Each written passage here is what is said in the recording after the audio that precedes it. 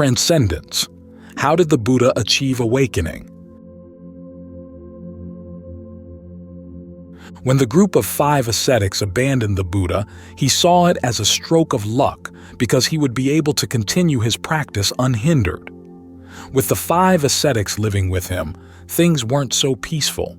He had responsibilities. And now the 5 ascetics had abandoned him because they felt that he had slackened his practice and reverted to indulgence. Previously, he had been intent on his ascetic practices and self-mortification. In regards to eating, sleeping, and so on, he had tormented himself severely. But it came to a point where, looking into it honestly, he saw that such practices just weren't working. It was simply a matter of views, practicing out of pride and clinging. He had mistaken worldly values and mistaken himself for the truth.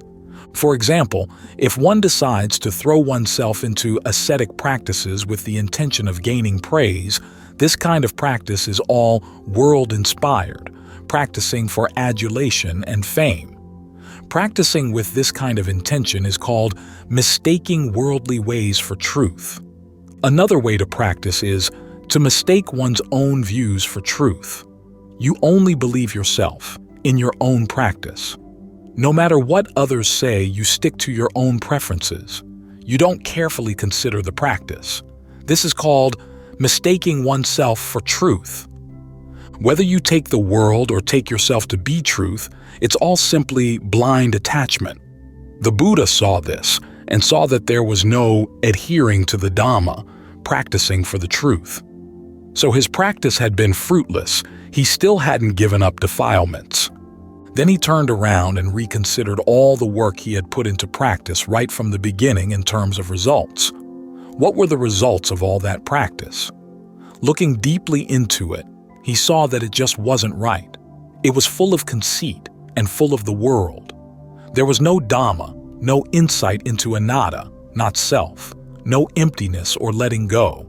There may have been letting go of a kind, but it was the kind that still hadn't let go. Looking carefully at the situation, the Buddha saw that even if he were to explain these things to the 5 ascetics, they wouldn't be able to understand. It wasn't something he could easily convey to them because those ascetics were still firmly entrenched in the old way of practice and seeing things. The Buddha saw that you could practice like that until your dying day, maybe even starve to death, and achieve nothing, because such practice is inspired by worldly values and by pride. Considering deeply, he saw the right practice, samma patipada. The mind is the mind. The body is the body. The body isn't desire or defilement. Even if you were to destroy the body, you wouldn't destroy defilements. That's not their source. Even fasting and going without sleep until the body was a shriveled-up wraith wouldn't exhaust the defilements. But the belief that defilements could be dispelled in that way, the teaching of self-mortification, was deeply ingrained into the 5 ascetics. The Buddha then began to take more food, eating as normal, practicing in a more natural way. When the 5 ascetics saw the change in the Buddha's practice, they figured that he had given up and reverted to sensual indulgence. One person's understanding was shifting to a higher level, transcending appearances, while the other saw that that person's view was sliding downwards, reverting to comfort. Self-mortification was deeply ingrained into the minds of the 5 ascetics because the Buddha had previously taught and practiced like that. Now, he saw the fault in it. By seeing the fault in it clearly, he was able to let it go. When the 5 ascetics saw the Buddha doing this, they left him, feeling that he was practicing wrongly and that they would no longer follow him. Just as birds abandon a tree which no longer offers sufficient shade, or fish leave a pool of water that is too small, too dirty, or not cool, just so did the 5 ascetics abandon the Buddha. So now, the Buddha concentrated on contemplating the Dhamma. He ate more comfortably and lived more naturally. He let the mind be simply the mind, the body simply the body. He didn't force his practice in excess, just enough to loosen the grip of greed, aversion, and delusion. Previously, he had walked the two extremes, kamasukhalikanu yogo. If happiness or love arose, he would be aroused and attached to them. He would identify with them and wouldn't let go. If he encountered pleasantness, he would stick to that. If he encountered suffering, he would stick to that.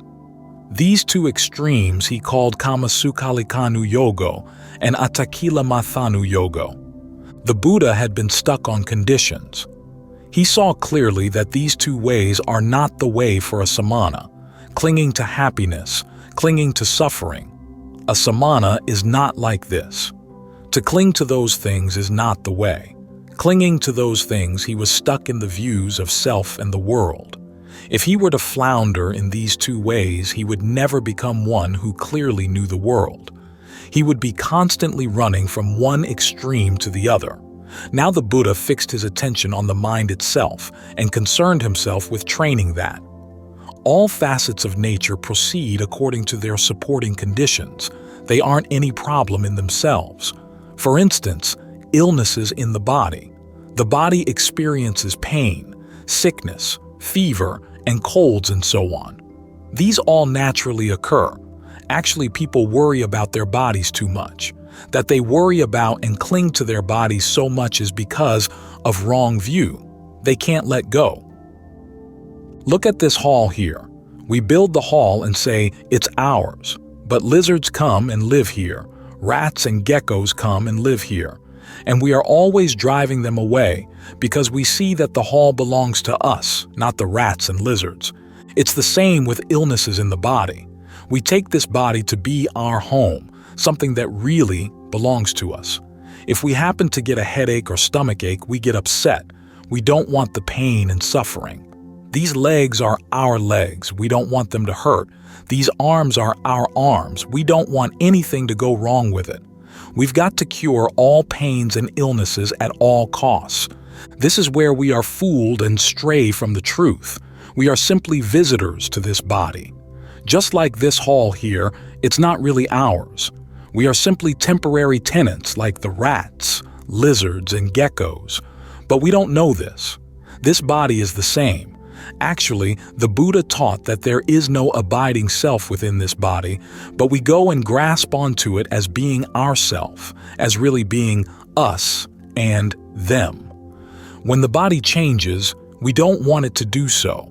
No matter how much we are told we don't understand. If I say it straight, you get even more fooled. This isn't yourself, I say, and you go even more astray. You get even more confused and your practice just reinforces the self. So most people don't really see the self. One who sees the self is one who sees that this is neither the self nor belonging to self. He sees the self as it is in nature. Seeing the self through the power of clinging is not real seeing. Clinging interferes with the whole business. It's not easy to realize this body as it is because upadana clings fast to it all. Therefore, it is said that we must investigate to clearly know with wisdom. This means to investigate the sankhara according to their true nature. Use wisdom. To know the true nature of sankhara is wisdom. If you don't know the true nature of sankhara, you are at odds with them, always resisting them. Now, it is better to let go of the sankhara or to try to oppose or resist them, and yet we plead with them to comply with our wishes. We look for all sorts of means to organize them or make a deal with them.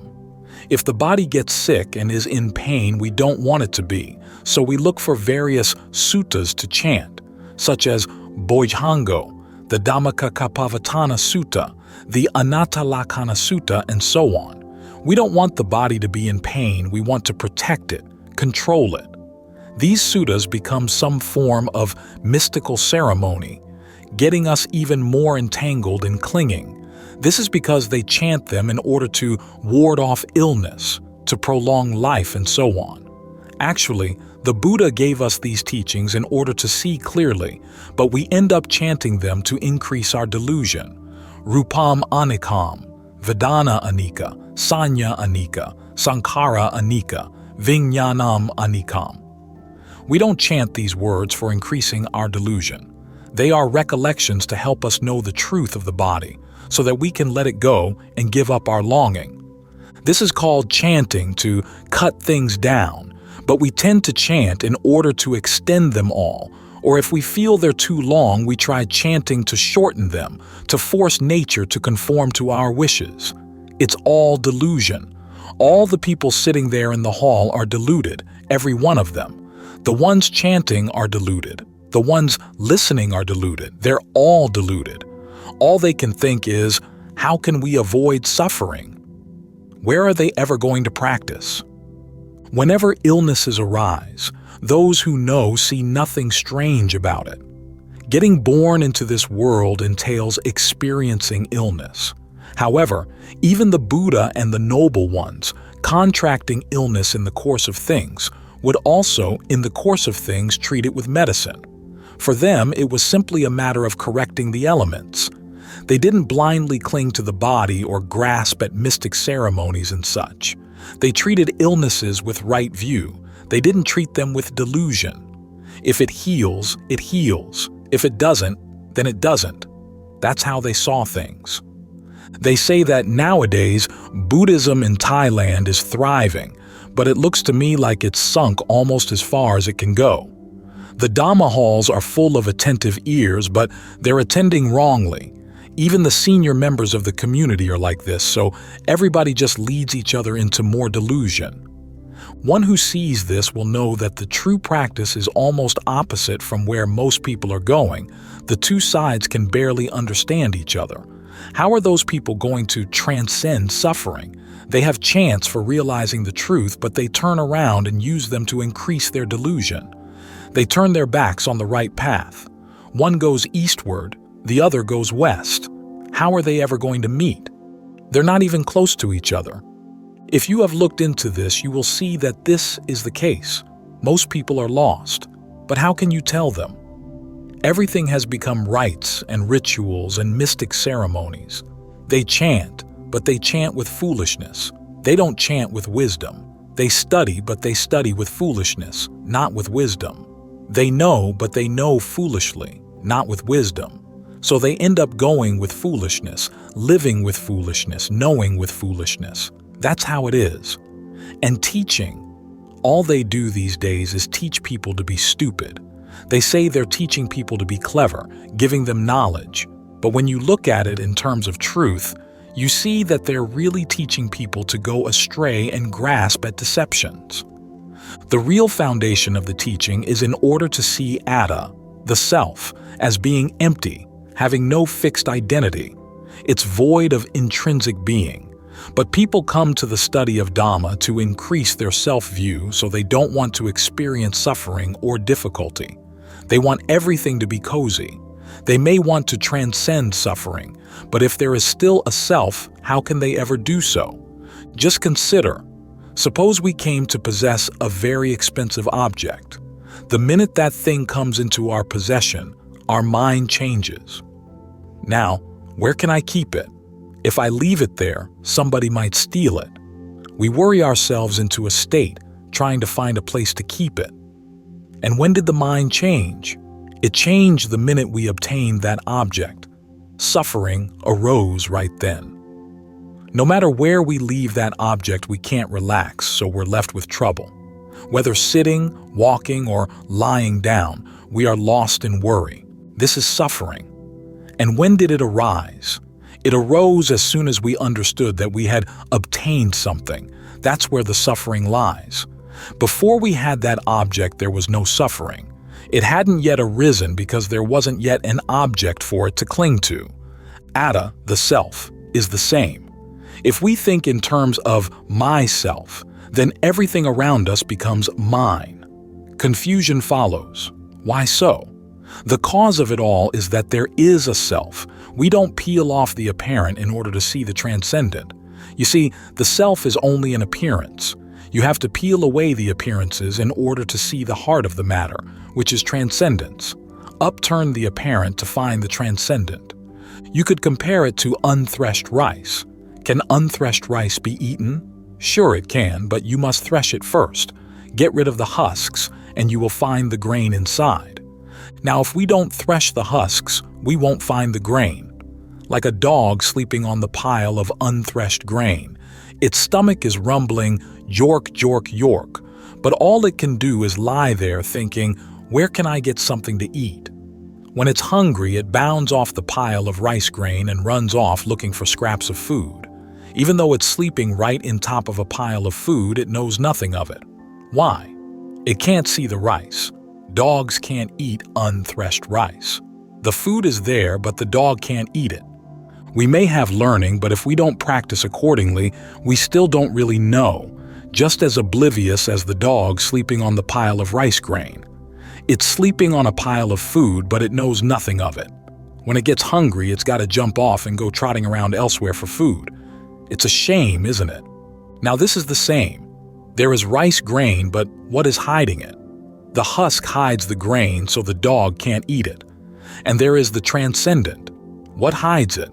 The apparent conceals the transcendent, making people simply sit on top of the pile of rice, unable to eat it, unable to practice, unable to see the transcendent.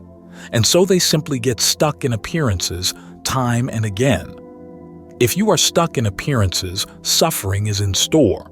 You will be beset by becoming, birth, old age, sickness, and death. So there isn't anything else blocking people off. They are blocked right here.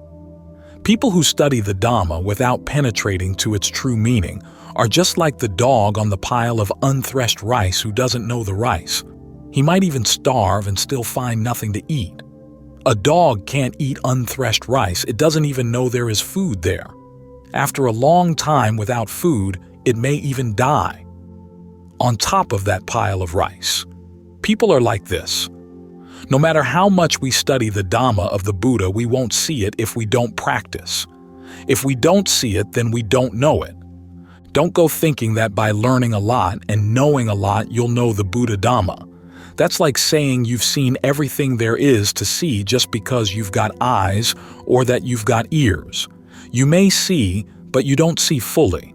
You see only with the outer eye, not with the inner eye. You hear with the outer ear, not with the inner ear. If you upturn the apparent and reveal the transcendent, you will reach the truth and see clearly. You will uproot the apparent and uproot clinging.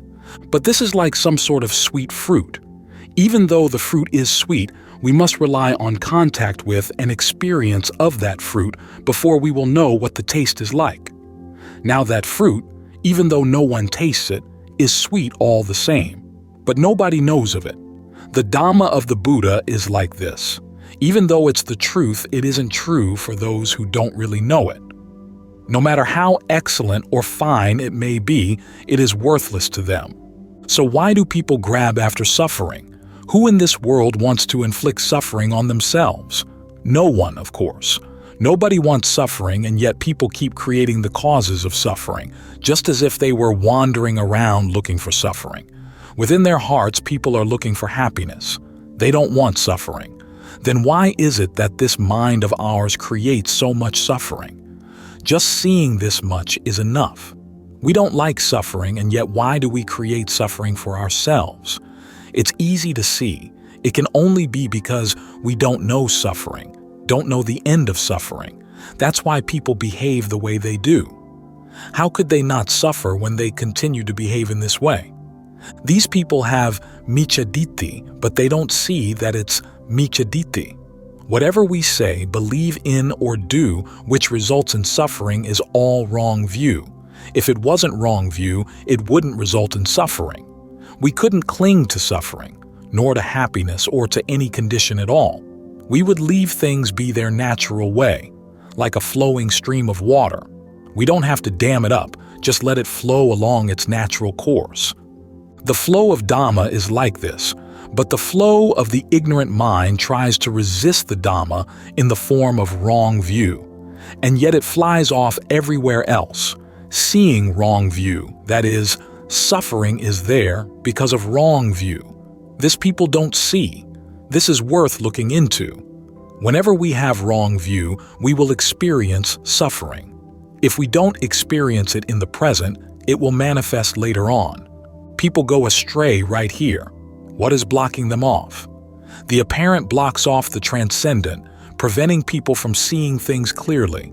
People study, they learn, they practice, but they practice with ignorance, just like a person who's lost his bearings. He walks to the west but thinks he's walking east, or walks to the north thinking he's walking south. This is how far people have gone astray. This kind of practice is really only the dregs of practice. In fact, it's a disaster. It's disaster because they turn around and go in the opposite direction. They fall from the objective of true Dhamma practice. This state of affairs causes suffering, and yet people think that doing this, memorizing that, studying such and such will be a cause for the cessation of suffering. Just like a person who wants a lot of things. He tries to amass as much as possible, thinking if he gets enough his suffering will abate. This is how people think, but their thinking is astray of the true path, just like one person going northward, another going southward, and yet believing they're going the same way. Most people are still stuck in the mass of suffering, still wandering in samsara, just because they think like this. If illness or pain arise, all they can do is wonder how they can get rid of it. They want it to stop as fast as possible. They've got to cure at all costs. They don't consider that this is the normal way of sankhara. Nobody thinks like this. The body changes and people can't endure it. They can't accept it. They've got to get rid of it at all costs. However, in the end, they can't win. They can't beat the truth. It all collapses. This is something people don't want to look at.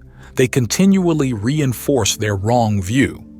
Practicing to realize the Dhamma is the most excellent of things. Why did the Buddha develop all the perfections? So that he could realize this and enable others to see the Dhamma, know the Dhamma, practice the Dhamma, and be the Dhamma, so that they could let go and not be burdened. Don't cling to things. Or to put it another way, hold, but don't hold fast. This is also right. If we see something, we pick it up. Oh, it's this. Then we lay it down. We see something else, pick it up. One holds, but not fast. Hold it just long enough to consider it, to know it, then to let it go. If you hold without letting go, carry without laying down the burden, then you are going to be heavy. If you pick something up and carry it for a while, then when it gets heavy, you should lay it down, throw it off. Don't make suffering for yourself. This we should know as the cause of suffering. If we know the cause of suffering, suffering cannot arise. For either happiness or suffering to arise, there must be the atta, the self. There must be the I and mine. There must be this appearance. If when all these things arise, the mind goes straight to the transcendent, it removes the appearances. It removes the delight, the aversion, and the clinging from those things. Just as when something that we value gets lost, when we find it again, our worries disappear. Even before we see that object, our worries may be relieved. At first, we think it's lost and suffer over it, but there comes a day when we suddenly remember, oh, that's right, I put it over there, now I remember. As soon as we remember this, as soon as we see the truth, even if we haven't laid eyes on that object, we feel happy.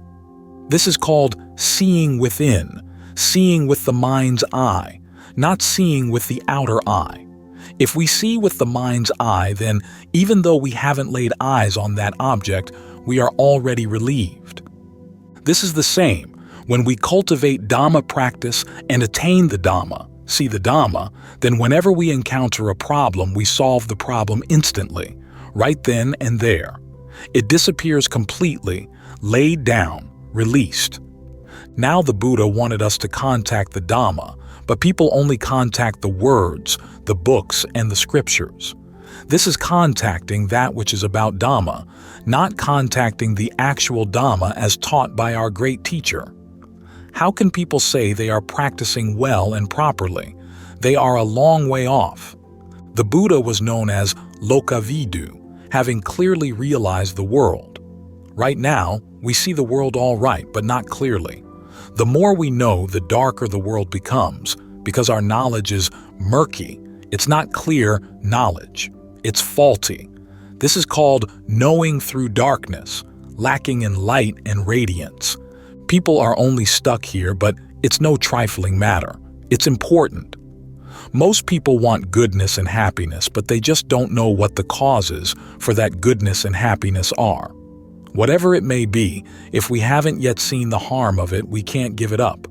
No matter how bad it may be, we still can't give it up if we haven't truly seen the harm of it.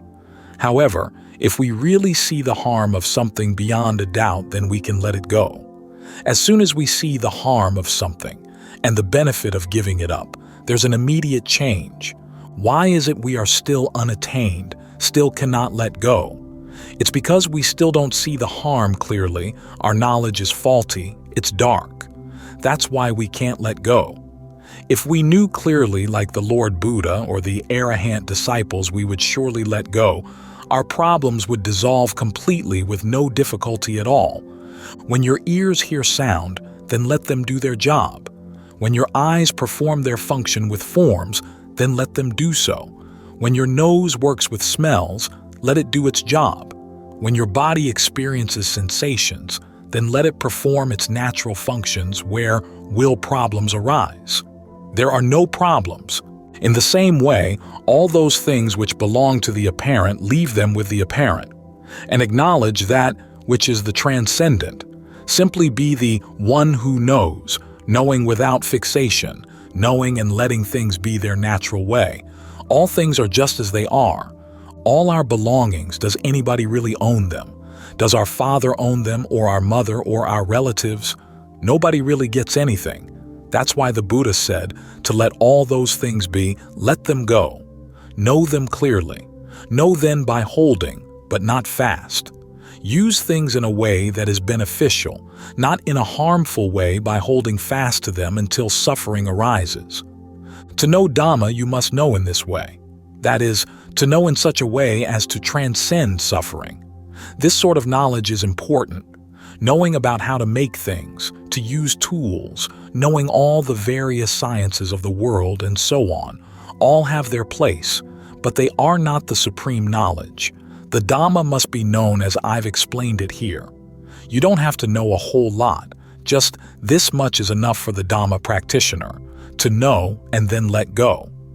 It's not that you have to die before you can transcend suffering, you know. You transcend suffering in this very life because you know how to solve problems. You know the apparent, you know the transcendent. Do it in this lifetime while you are here practicing. You won't find it anywhere else. Don't cling to things. Hold, but don't cling. You may wonder, why does the Ajahn keep saying this? How could I teach otherwise? How could I say otherwise when the truth is just as I've said it? Even though it's the truth, don't hold fast to even that. If you cling to it blindly, it becomes a falsehood.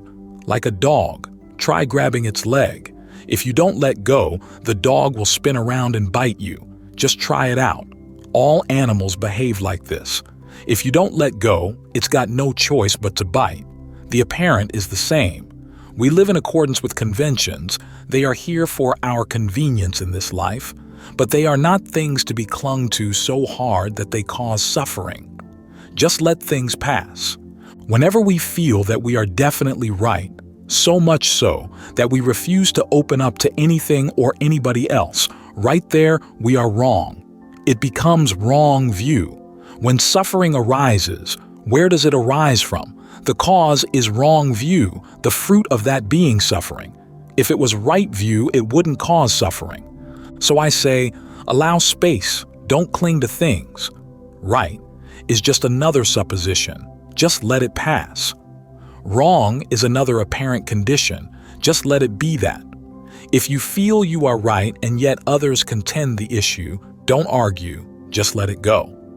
As soon as you know, let go. This is the straight way. Usually it's not like this. People don't often give in to each other. That's why some people, even Dhamma practitioners who still don't know themselves, may say things that are utter foolishness and yet think they're being wise. They may say something that's so stupid that others can't even bear to listen, and yet They think they are being cleverer than others. Other people can't even listen to it, and yet they think they are smart, that they are right. They are simply advertising their own stupidity. That's why the wise say, whatever speech disregards anicom is not the speech of a wise person, it's the speech of a fool. It's deluded speech. It's the speech of one who doesn't know that suffering is going to arise right there. For example, suppose you had decided to go to Bangkok tomorrow and someone were to ask, "Are you going to Bangkok tomorrow?" "I hope to go to Bangkok. If there are no obstacles, I'll probably go." This is called speaking with the Dhamma in mind, speaking with anicom in mind, taking into account the truth, the transient, uncertain nature of the world. You don't say, "Yes, I'm definitely going tomorrow." If it turns out you don't go, what are you going to do? Send news to all the people who told you were going to. You'd be just talking nonsense. There's still much more to it. The practice of Dhamma becomes more and more refined. But if you don't see it, you may think you are speaking right even when you are speaking wrongly and straying from the true nature of things with every word.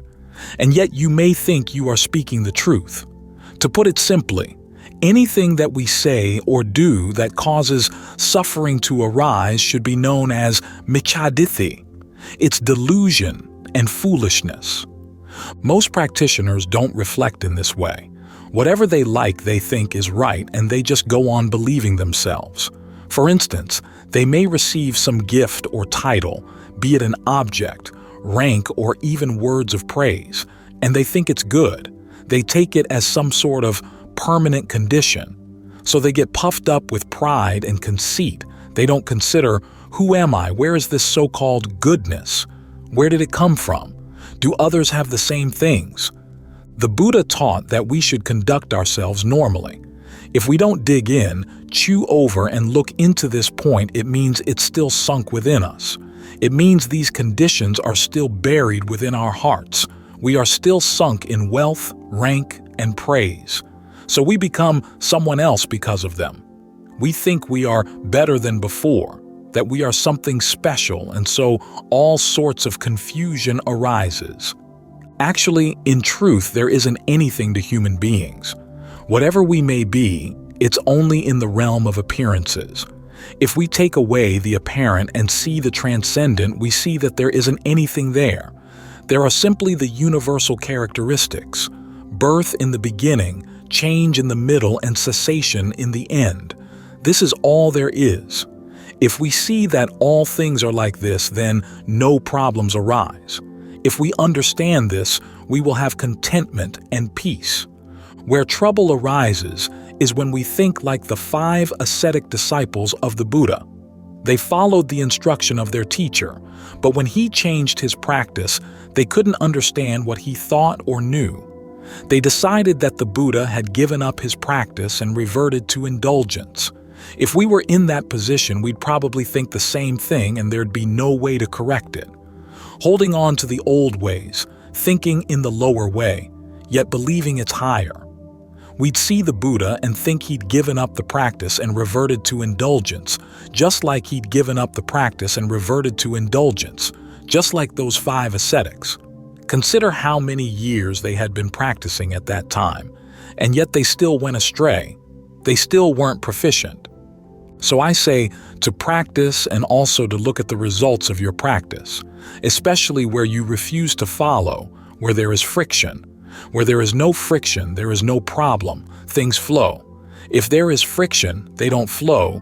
You set up a self and things become solid like a massive clinging. There is no give and take. Most monks and cultivators tend to be like this. However they've thought in the past, they continue to think. They refuse to change, they don't reflect. They think they are right, so they can't be wrong, but actually, wrongness is buried within rightness, even though most people don't know that. How is it so? This is right, but if someone else says it's not right, you won't give in, you've got to argue. What is this? Ditthi mana. Ditthi means views. Mana is the attachment to those views. If we attach even to what is right, refusing to concede to anybody, then it becomes wrong. To cling fast to rightness is simply the arising of self. There is no letting go. This is a point which gives people a lot of trouble, except for those Dharma practitioners who know that this point, is a very important one. They will take note of it. If it arises while they're speaking, clinging comes racing onto the scene. Maybe it will linger for some time, perhaps 1 or 2 days, 3 or 4 months, a year or 2. This is for the slow ones, that is. For the quick response is instant. They just let go.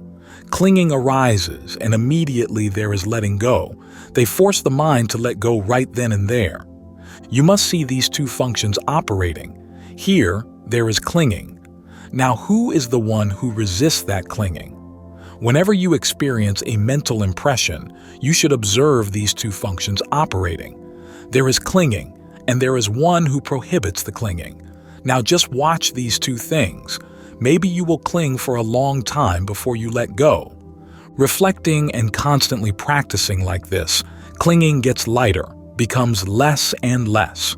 Right view increases as wrong view gradually wanes. Clinging decreases, non-clinging arises. This is the way it is for everybody. That's why I say to consider this point. Learn to solve problems in the present moment.